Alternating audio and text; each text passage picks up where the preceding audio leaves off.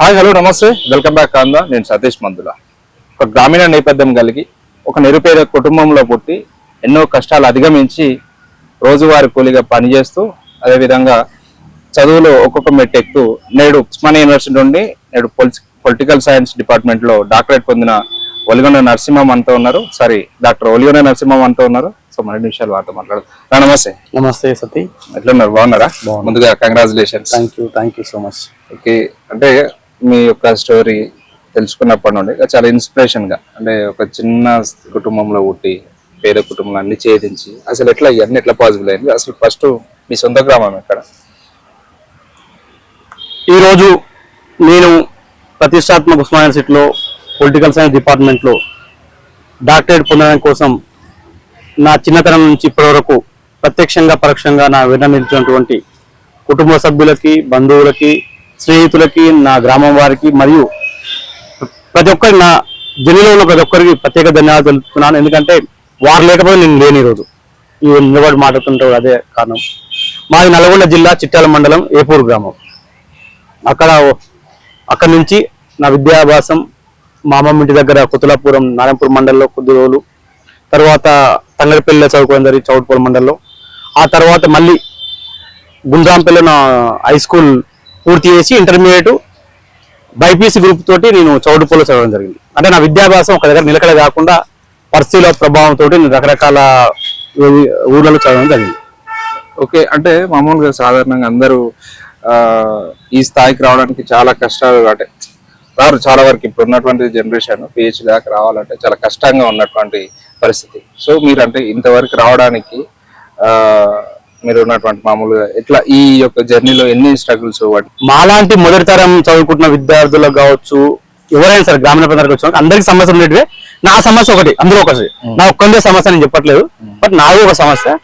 ప్రత్యేకంగా సామాజిక వ్యవస్థలో ఒక కులం నుంచి వచ్చిన వాళ్ళు కొద్దిమంది మేముగా, ఇంటి దగ్గర తల్లిదండ్రులు కూలి పని చేసుకునే వాళ్ళు, ఎకరం భూమి లేని వాళ్ళం, చదువు ద్వారా మాత్రమే ఉన్నత భవిష్యత్తు ఉంటుంది, మా జీవితాలు మారుతాయని నమ్మిన వ్యక్తులుగా డాక్టర్ బిఆర్ అంబేద్కర్ స్ఫూర్తిగా మా చుట్టుపక్కల ఉన్న ఎంతో మంది ఒక స్ఫూర్తితోటి ఎన్ని కష్టాలు వచ్చినా ఏమొచ్చినా కానీ చదువు వదిలిపెట్టద్దు అనే లక్ష్యంతో బేసిక్ గా గ్రామీణ ప్రాంతాల్లో మేము చదువుకునేటప్పుడు చాలా మంది విద్యార్థులకు ఇప్పటికైనా కానీ రేపు ఆదివారం వస్తుందంటే అందరికీ ఏముంటుంది, హాలిడేస్ వస్తుందంటే ఏముంటుంది, అది ఒక హాలిడే ఎంజాయ్ మూమెంట్ ఉంటుంది.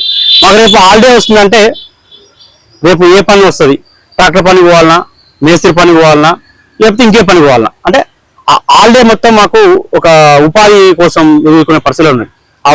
ఆ చేసుకున్న కూలి పనులతోటి ఆయన అప్లై చేసుకోవడమా, టెక్స్ట్ బుక్స్ కొనుక్కోవడమా, రకరకాల అంటే కుటుంబాల సపోర్ట్ ఉన్నప్పటికీ కూడా వాళ్ళ పరిధి కొద్దదే. ఇదంతా కూడా మేము ఇట్లా రావడం జరిగింది. ఓకే, అదేవిధంగా అంటే ఇప్పుడు మీరు చెప్తున్నారు ఆల్రెడీ మాది పేద కుటుంబం అని చెప్పేసి అన్నారు.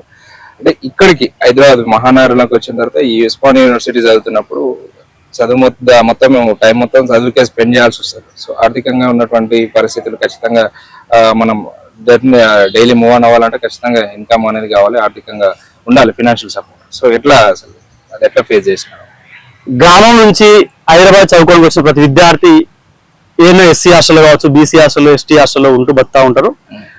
ఆ హాస్టల్లో చేరిన వెంటనే నేను ఇంటర్ అయిపోగానే నేను హైదరాబాద్ వచ్చి మార్పేట కట్టేమండ హాస్టల్లో చేరి అక్కడ స్టూడెంట్ మెయింటెనెన్స్ ఎస్ఎంహెచ్ హాస్టల్ ఉండేది.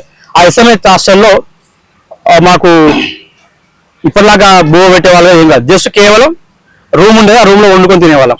మరి దానికి ఖర్చు ఎట్లా అంటే ఇంటికాడ కంట్రోల్ బియ్యం వస్తే ప్రతి నెల పోయి ఒక 5 కేజీలు 8 కేజీలు బియ్యం మోసుకొచ్చుకోనేటికి మళ్ళీ ఏదో పచ్చడి అప్పటికప్పుడు వండుకొని తిని మనం మా పనులు మేము చేసుకుంటూ క్యాటరింగ్ లాంటి చేసుకుంటూ ఉండేది. బేసిక్ గా మేము చిన్నతనం స్కూల్ డేస్ నుంచి కూడా ఎక్కువ మా అన్న వాళ్ళు మా ఊర్లో ఎక్కువ సంట్రింగ్ పని చేసేవాళ్ళు. ఈ సంట్రింగ్ పని చేయడం పోవడం అవుతుంది. మాకు సంట్రింగే ఉపాధిగా ఎండాకాలం హాలిడేస్ వచ్చినంటే అవి లేదు. మా పలు సందర్భాలు ఏమున్నాయంటే మా గుంపు ఉండేది, మా ఊళ్ళో అందరూ గుంపు ఏం తప్పు కొట్టాయి గోచి కొట్టి పెడతాం కదా, ఆ గోచి గుంపులో పెట్టే ఆట ఆడేది కూడా మేము ఈ సిటీ లాంటి ప్రాంతాల్లో వినాయక చవితులకు, బోనాల పండుగకు డప్పు కొట్ట కూడా వచ్చేది. లేకపోతే ఊళ్ళో గ్రామీణ ప్రాంతాల్లో కూడా మేము వివిధ సావుల గిట్ట పోయినప్పుడు నేను ఈ పీజీకి వచ్చాను కూడా. నేను ఈ పీజీకి ఉన్నప్పుడు కూడా మా అన్న వాళ్ళు గిట్ట అందరూ ఏం చేశారంటే నా డప్పు, నా గోషి గజ్జ తీసుకొని వస్తే కొట్టేది, అప్పుడు ఎంతో సమ్ అమౌంట్ వస్తే దాన్ని ఉపాధి కూడా చేసుకుంటున్నారు. అంటే గుంపు మేస్త్రిగా మీరు దానికి బాధ్యత వహించదా?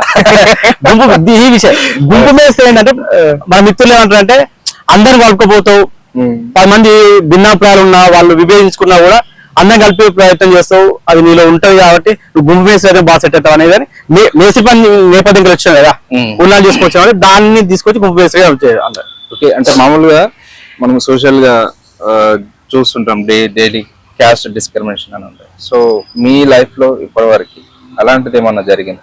ఖచ్చితంగా కుల వ్యవస్థలో అత్యంత ఈనాతీనంగా చూడబడుతున్న ఎస్సీ మాదిగ కులంలో పుట్టిన వ్యక్తిగా నేను ఆ డిస్క్రిమినేషన్ పొందిన, ఆ డిస్క్రిమినేషన్లోకి వెళ్ళి నేను మందకృష్ణ మాదిగ గారి ఉద్యమాల వల్ల ప్రభావం అనే వ్యక్తిని. నేను మందకృష్ణ మాదిగ గారి ఉద్యమంలో నేను 7th క్లాస్ ఆ టైం నుంచి నేను యాక్టివ్గా నాకు తెలిసింది, అంటే ప్రత్యక్షంగా పాల్గొనకుండా నల్గొండలో ఒక టౌన్ లో మీటింగ్, చిట్యాలనో లేదా చౌటుప్పలనో లేదా ఏ ప్రాంతంలో ఇందులో పార్టీ మీటింగ్ అవుతుందంటే మా ఊరి వాళ్ళ నుంచి మా మండల నాయకుల నుంచి కూడా వచ్చేవాడిని. అంటే జాతి ద్వారా మేము కొన్ని అవమానాలు పడ్డ వాళ్ళం, కొన్ని కోల్పోయిన మనం తెలిసిన తర్వాత ఫస్ట్ ప్రభావితమైనది. ఆ తర్వాత అదేవిధంగా అప్పుడే తెలంగాణ మూవ్మెంట్ జరుగుతున్నప్పుడు మేము లోకల్లో ఉన్న నాయకత్వంతో కూడా తెలంగాణ మూవ్మెంట్ కూడా పాల్గొంటాం. నేను ఏమంటే మీకు పర్సనల్ గా గ్రామీణ నేపథ్యంలోనే అయితే ఇక్కడ ఈ పట్టణంలోకి ఇక్కడికి వచ్చినాక అలాంటిది ఏమన్నా అంటే ఈ దీని ద్వారా క్యాస్ట్ డిస్క్రిమినేషన్ ద్వారా మీరు ఎప్పుడైనా బాధపడిన సందర్భాలు ఉన్నాయా? నేను ప్రత్యక్షంగా అయితే పరోక్షంగా ప్రత్యక్షంగా నేను కులం వల్ల అయితే నన్ను అడ్జస్ట్ చేసిన వాళ్ళు అయితే ఎవరు లేరు. బేసిక్ అంటే నేను చెప్పుకుంటే తప్పితే నిధి కూడా మా పరిస్థితిలో ఉంటాయి, కానీ ఎప్పుడు నా కులాన్ని నేను చెప్పుకుంటూనే ఉంటాను, నేను నా కులాన్ని మోస్తూ ఉంటాను. ఎందుకంటే నేను అవమానపడవచ్చు కానీ అవకాశం దూరం కాకపోవచ్చు, కానీ ఎంతో మంది నా కులము నా వ్యవస్థలో ఉన్న వాళ్ళందరికీ దానికి దూరం అయ్యారు, అవకాశాలకు అవమానపడ్డారు. కాబట్టి ఆత్మగౌరవం కోసం ఈ కులం అంటే గిట్లా ఉంటారు అనే ఒక ఉంటుంది వ్యవస్థలో, సమాజంలో మాదిగోళ్ళు అంటే గిట్లా ఉంటుంది దానికి నా వంతు ప్రయత్నంగా వాళ్ళు అట్లా కాదు, వాళ్ళు పరిస్థితులు అనుకూలంగా కొద్దిమంది అట్టురేం కానీ పరిస్థితులు అనుకూలించి అవకాశాలు వస్తే ఒక విధంగా ఉంటారు, దానికి నా వంతు ప్రయత్నం చేయాలనుకున్నాను. నేను కొద్దిగా ప్రయత్నం చేస్తా ఉన్నాను. ఓకే, ఇప్పుడు ఉన్నటువంటి కాలంలో మొత్తం యువత మొత్తం మత్తు గంజాయి మత్తుకి డ్రగ్స్ కి అలవాటు పడి మొత్తం జీవితాలు నాశనం చేసుకున్నటువంటి పరిస్థితి మనం రోజు చూస్తూనే ఉంటాం, వివిధ మీడియాలలో అయితే డైలీ లైఫ్ లో మనం చూస్తున్నాం. మెయిన్లీ యువతకి ఏం చెప్పదలుచుకున్నారు? యువతకి మీరైనా నేనైనా యువత చెప్తే వచ్చేది కాదు. పొద్దున్న లేసి ఇప్పుడు కమ్యూనికేషన్ చేస్తావు, సమాజాన్ని పరిశీలిస్తున్నావు, నీ దోస్తు ఎట్లా ఉంటుందో తెలుసు, నీ ముందు వాళ్ళు ఎట్లా ఉంటుందో తెలుసు, సమాజం ఎప్పుడు ఎట్లా తెలుసు. వ్యక్తిగతంగా మారాల్సిందే, ఏది కూడా వ్యసనంగా మారకూడదు. ఇప్పుడు ఎగ్జాంపుల్ చూసుకో, మేమే ఉన్నాం అనుకో, ఊళ్ళలో పోయినా అనుకో, మంచిగా తాడికలు దొరుకుతుంది, తాడికలు బరాబర్ తాగుతాం, అదొక నేచర్ వచ్చింది. కాబట్టి తెలంగాణ కావచ్చు, ఇక్కడ ప్రాంతంలో మనకు దగ్గరలో ఒక ఆరోగ్యంగా కావచ్చు, అన్నిటి విధంగా మంచిగా కానీ ఇలాంటి మన జీవితాలని నిర్వీర్యం చేసేటివి, మన జీవితాలను ధ్వంసం చేసేటివి ఈ రోజు న్యూస్ లో ఎక్కడో ఒక చోట వాళ్ళు పబ్జి ఒక ఏమంటారు బెట్టింగ్లు పెట్టని చెప్పో లేకపోతే ఇంకో పెట్టని చెప్పో వాళ్ళు మోసపోయి ఆత్మహత్య చేసుకుని యువతను చూస్తే చాలా బాగా అనిపిస్తుంది. ఎందుకంటే సులువుగా ఏది రాదు, మేము ఎన్నో కష్ట నష్టాలు వచ్చి అన్ని చేసి ఇప్పటి కూడా వచ్చినా కూడా మేము వాటిని నెక్స్ట్ స్థితి ఉంటాయి. అలా సమాజంలో అన్ని ఈజీ ఎప్పుడు రాదు, మీకు ₹1 కూడా రాదు ఈజీగా, కష్టపడితే వచ్చేవి ఎగ్గొడితే మస్తు మంది ఉంటుంది సందర్భంలో. అలాంటి ఈజీగా వస్తాను నమ్మడం నమ్మి మోసపోవడం కూడా మన తప్పే అవుతుంది. కాబట్టి దయచేసి మీరు ఓడంతో పాటుగా మీ కుటుంబ సభ్యులు తల్లిదండ్రులని ఎంతో మనక్షోభకు గురి చేస్తున్నారు. ఎలా ఆ మధ్య ఒక చూసినాను, ఆ తల్లిదండ్రులు సాధారణ కుటుంబం, ఆ సాధారణ కుటుంబం వాళ్ళ పిల్లగాడు మరి అతన్ని ఎట్లా ప్రభావితం తెలియదు, కానీ అతను బెంజ్ కార్ కొనియాలని చెప్పి డిమాండ్ చేసి లాస్ట్ వాళ్ళు షిఫ్ట్ కార్ కొనిస్తే కూడా నాకు నచ్చని చెప్పి ఉరి వేసుకుని మందా చనిపోయింది. అంటే సమాజం ఎటు పోతుందంటే ఒక కుటుంబాల మధ్య ఒకప్పుడు ఊరి పోతే అందరం ఈ కులం ఆ కులం లేకుండా లేకపోతే ఆ కులంలో కూడా అందరూ ఐక్యంగా ఉండి చేసుకున్న సందర్భాలు ఇలా విచ్ఛిన్నం అయిపోయి ఒక కులం ఉన్నప్పుడు ఆ కులంలో ఆ ఇంటి పేరులో ఈ ఇంటి పేరు, మళ్ళీ ఆ ఇంటి పేరు తర్వాత మళ్ళా చిన్న తాత పెద్ద తాత, అంటే ఇది రోజు రోజుకు కుంచుకుపోతాను. ఎప్పటికైనా మన అందరూ మహనీయులు అంబేద్కర్ మూల పెడితే పూలే వరకు అందరు మహనీయులు ఎవరు చెప్పిన అంశం ఏంది, అందరూ ఐక్యంగా ఇప్పుడున్న పెద్దవాళ్ళు సామాజిక ఉద్యమాలు ఏంటంటే అందరు కలవాలనుకుంటాం, కానీ మనమే విడిపోతా ఉన్నాం. ఖచ్చితంగా అందరు కలవాల్సిన బాధ్యత ఎంత ఉంది.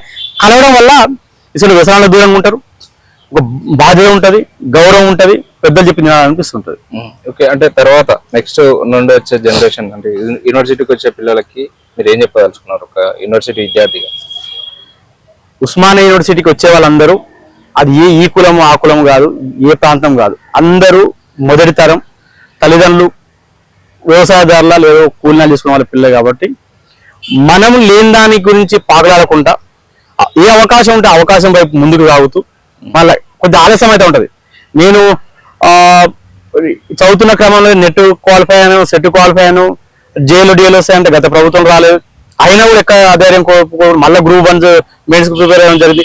అయినా కూడా గ్రూప్ 1 పేపర్ అప్పుడు లీక్ కావడం జరిగింది. అది ఎక్కడ కూడా మనం ఇక్కడ ఒకవైపు నేను నా పర్సనల్ ఎందుకు ఎగ్జాంపుల్ అంటే నేను ఒకవైపు సామాజిక ఉద్యమాల్లో ఉన్నాను, దళిత ఉద్యమాల్లో లేదా వివిధ ఉద్యమాల్లో ఉంటూనే నా చదువు కూడా కంటిన్యూ చేసుకోవడం జరిగింది. అంటే ఎక్కడ కూడా మనం ఓవర్ నైట్ రాత్రి హీరో అయిపోతాం, లేకపోతే ఇంకో కానీ గదయిండు కానీ ఇదయిండు అనుకో కాకుండా వాస్తవిక ప్రపంచంలో బతకాలి, వాస్తవ పరిస్థితులు గమనిస్తూ ఉండాలి. ఏదో 4 ఉస్మానియా యూనివర్సిటీలు ప్రత్యేకంగా చెప్పాల్సుకుంది ఏంటంటే మీడియా ముందు మాట్లాడిన మనం ఉస్మానియా యూనివర్సిటీ మనం అంటే పెద్ద లీడర్ అని ఎక్స్పోజ్ వచ్చిందని అనుకొని మనం ఏదో అయిపోతామని చెప్పి గతంలో కొద్దిమంది అయ్యారని చెప్పి మనం ఎక్కువ ఊహల్లో ఉండకుండా వాస్తవిక జీవితం ఉంటూ చదువుని నువ్వు ఏ రాజకీయం చేయి, ఏ విద్యార్థులంలో పనిచేయి, ఏం చేసినా చదువు అనేది ముఖ్యము. మేము ఇదే లైబ్రరీలో 9 గంటల నుంచి 11 దాకా చదువుకున్న సందర్భాలు, ఉదయం నుంచి రాత్రి దాకా. మధ్యలో వచ్చినప్పుడు ఉద్యమాల పోయి లేదా డిస్ట్రిక్ట్ల మీటింగ్ సందర్భంలో 2-3 రోజులు కంటిన్యూ కూడా బంద్ చేస్తుంటారు. కానీ చదువు ఒకటే లక్ష్యం కూడా కావద్దు. మళ్ళీ అటు ఉద్యమాలు చేయాలి, 2 చేయాలి. ఖచ్చితంగా మీరు ఉస్మానియా అనేది ఈ దేశంలోనే గొప్ప యూనివర్సిటీ. ఆ ఉస్మానియా అంతకు మించి ఈ తెలంగాణలో ఉన్న ఎస్సీ ఎస్టీ బీసీ వర్గాలకు గొప్ప తల్లి లాంటిది. ఇలా ఎంతో మందిని అసలు మా తల్లిదండ్రులకు ఏం తెలియదు, మేము ఏం చదువుతున్నామో ఎడిపోతామో తెలియని సందర్భంలో ఇవాళ అలాంటి ఉస్మానియా తల్లి ఎంతో మంది వేలాది మందిని ఇలా ఎంతో మందిని ప్రపంచానికి ఇచ్చింది. అలాంటి ఉస్మానియా యూనివర్సిటీలో ఉన్నాం కాబట్టి ఈ యూనివర్సిటీ అస్తిత్వాన్ని కాపాడుతూ ఆత్మగౌరవం నిలబెడుతూ మనం ఉస్మానియాకి వెళ్ళి వచ్చిండు పిల్లగాలంటే అది ఒక గౌరవం పెరిగేలా ఉండాలి చూడని చెప్పి నేను విజ్ఞప్తి చేస్తాను. Okay, last what next? Oligonda Narasimha already doctorate పొందినారు పెద్ద ఉస్మానియా యూనివర్సిటీ గారి నుండి. సో తర్వాత డాక్టర్ ఒలిగొండ నరసింహ గారు ఏం చేయకపోతున్నారు? కాలం నిర్ణయిస్తుంది. పెళ్లి చేసుకుంటారా? Okay, thank you so much sir. Thank you so much and once again congratulations. So ఇది ఒలిగొండ నరసింహ గారితో స్పెషల్ ఇంటర్వ్యూ. నేను సతీష్ మందుల, ఇది మన కాందా.